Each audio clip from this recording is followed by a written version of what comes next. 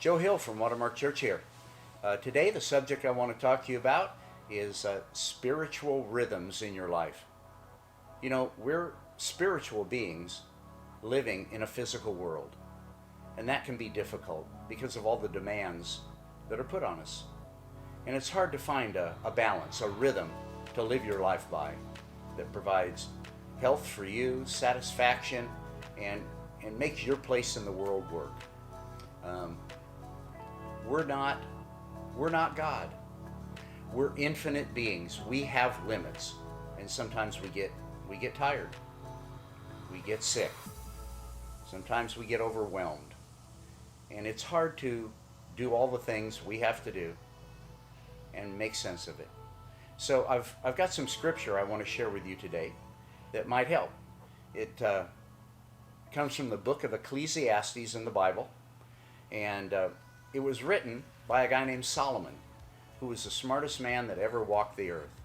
Solomon wrote this book near the end of his life after he looked back on things he had done right and done wrong, and he's providing wisdom for us to move forward. So here it is. This is Ecclesiastes chapter 3, starting in verse 1. It says, "There is a time for everything, and a season for every activity under the heavens. A time to be born, and a time to die.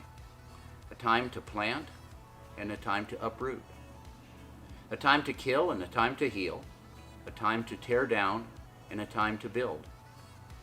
A time to weep, and a time to laugh. A time to mourn, and a time to dance. A time to scatter stones, and a time to gather them up. A time to embrace, and a time to refrain from embracing.